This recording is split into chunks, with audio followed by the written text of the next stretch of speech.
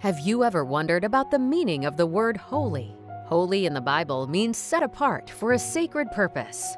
There are things that God establishes in the Bible as holy.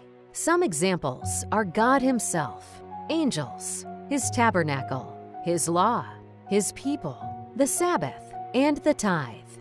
What few Christians know is that offerings are also considered as sacred or holy. The two expiatory offerings and the sin and guilt offerings, for example, are regarded as most holy. The grain and food offerings are described as the most holy part and sacred. Because offerings are so important, Solomon teaches us to worship God with them whenever we receive income. He says, "Honor the Lord with your wealth, with the first fruits of all your crops."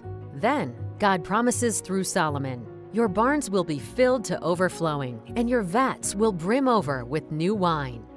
In ancient Israel, through the giving of offerings, God's children worshiped Him as giver of all and affirmed Him as Lord. They acknowledged Him as owner, provider, and sustainer, showing allegiance and willingness to obey, supporting the holy ministry, and being a blessing for many.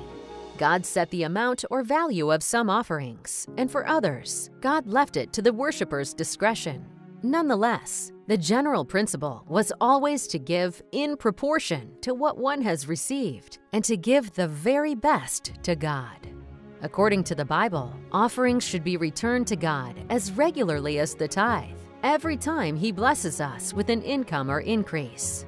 We refer to these regular gifts as promise, because as with the return of the tithe and the keeping of the Sabbath, offerings will only be consistently given to the Lord if there is a purpose in the heart, a firm decision, a promise made in advance, in prayer before Him. Have you already told God how regularly you will return your promise to Him? Have you already decided to always give it after He blesses you with income or increase? Have you already told Him what percentage of income you will regularly return to Him this year as promise, in addition to the tithe? Once you tell Him about this percentage, it becomes holy to the Lord. As we worship our holy God with the holy tithe and the holy offerings, let us put our desires last and God first.